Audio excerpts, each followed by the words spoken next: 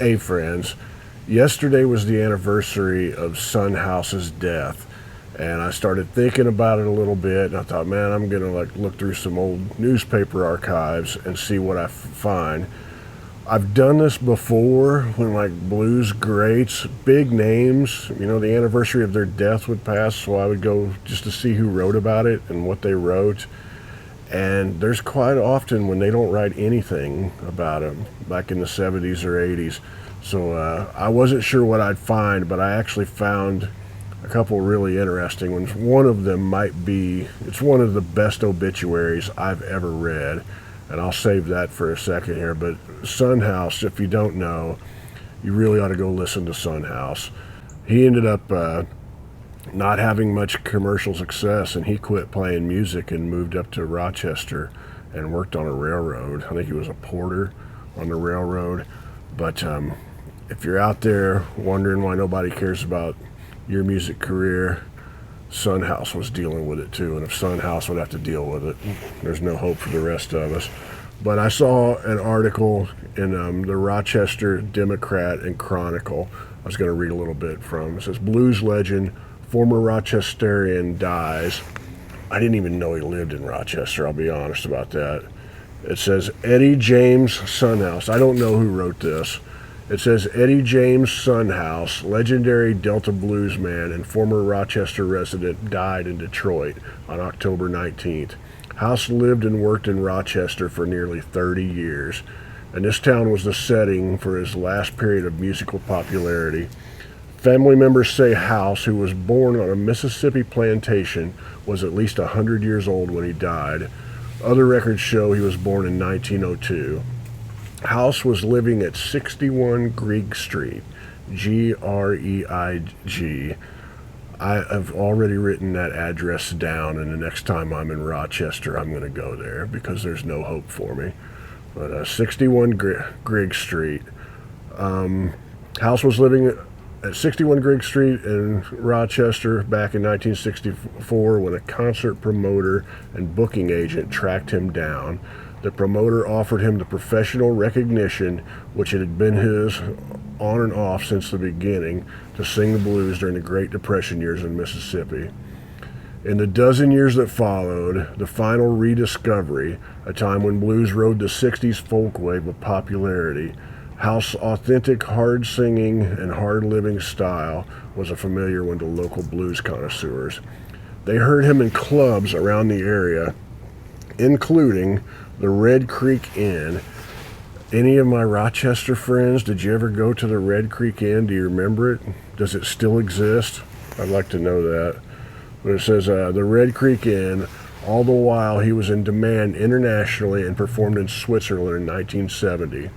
The twang of his bottleneck steel guitar and the lyrics he wrote about lost loves and a lifetime of work stayed with his audiences. He was a self-taught musician who learned about music from listening to his father sing hymns. He ultimately preferred playing the blues to church going and went on to influence the work of such powerful blues artists as B.B. King and Muddy Waters. He was a mentor to blues guitarist Robert Johnson. His vocal style influenced Mick Jagger and Eric Clapton. He made a half-dozen blues recordings in the 1930s and 40s, most notably those at the Library of Congress. House's deteriorating health prompted his move to Detroit and retirement from performing in 1976. I didn't know that. I talked about Rochester and how much I really liked being in Rochester earlier this year. Some of you probably saw that video because I really did enjoy that. And now I'm wishing I would have known. I mean, we were looking up Frederick Douglass's grave and stuff like that, but I would have looked for Son House's house. But this here is from the Clarion Ledger in Jackson, Mississippi. This is written by Affie Odelia Scruggs, and this just really floored me. This is one of the better obituaries I've ever read. She's a staff writer at the Clarion Ledger. A bit of the blues slips away with the passing of House. Bad news travels fast, they say, but sometimes not fast enough. Eddie Son House Jr., one of the original deep blues moaners, died October 19th. He was 86 years old. He died at Harper Hospital in Detroit. According to the funeral program I received, no cause of death was listed, but House had been in a nursing home since 1984. His health was good, his children told a reporter in 1986, but his mind was bad. Blues expert and University of Mississippi professor Bill Ferris called House one of the great people of this period, as important as his contemporary Robert Johnson. The world remembers Johnson, though. House died in virtual obscurity. It's a tragedy that people like him are often forgotten, Ferris said. Outside of a few thousand blues fans, no one would know who he was. Ouch. On the day House died, I was in his hometown Clarksdale. I was looking for the blues in its native land. I'd come to Mississippi with this idea in my head, a series of stories on the blues, where it's going, what it's become. I'd grown up on the music, heard it played on the radio at home, and I'd seen it leave, in a way. During my college years in Chicago, I watched white students, the students who complained about black music being played too loud in the dorms, would line up to go to the Checkerboard Lounge, to Teresa's blues clubs in the heart of black Chicago. I shook my head. That music was mine. My mama sang it at home. What was I losing? Son House is dead. The man who played all right guitar but could moan and groan till you cried in pain, he's dead.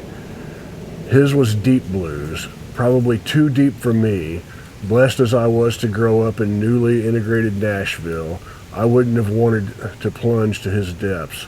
My world was brighter, wider, more optimistic than House's Delta world of the 20s. But we shared some things, Son and I. Black folks have always said gospel music and the blues were one and the same. One just sings, "Oh baby," the proverb goes, and the other sings, "Oh Lord." Son preached, then sang, then preached, then finally acquiesced to the blues.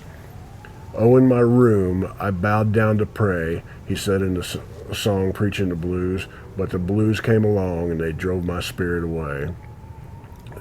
After 10 years of Bach and Beethoven, I discovered gospel music.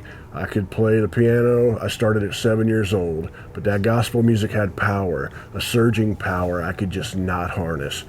I would have sold my soul at the crossroads like Robert Johnson just to hit the ivories like they should be played. But I loved the blues, the low-downness, the humor. After 5 years in a freezing, belligerent city, after learning to frown when I walked down the street, I loved the truth of the words, the beauty my people wrung from hardship. Son House is dead. His granddaughter, Janice Goff, talked to me briefly from Detroit. After the funeral, the family had gone through House's papers. They'd found letters from Europe, letters his progeny never knew he received.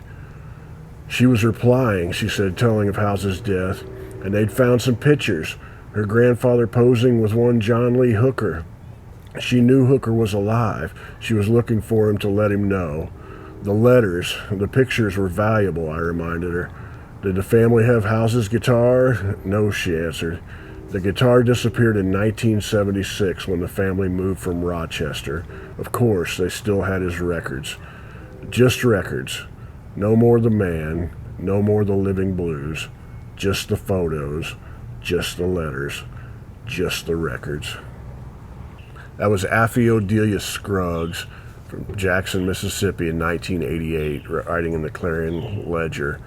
And I hope those words touched you the same way they touched me. It's beautiful, strong, strong words. And I hope you go listen to some Son House. I know I will. And I'll see you somewhere down the road. Much love to you.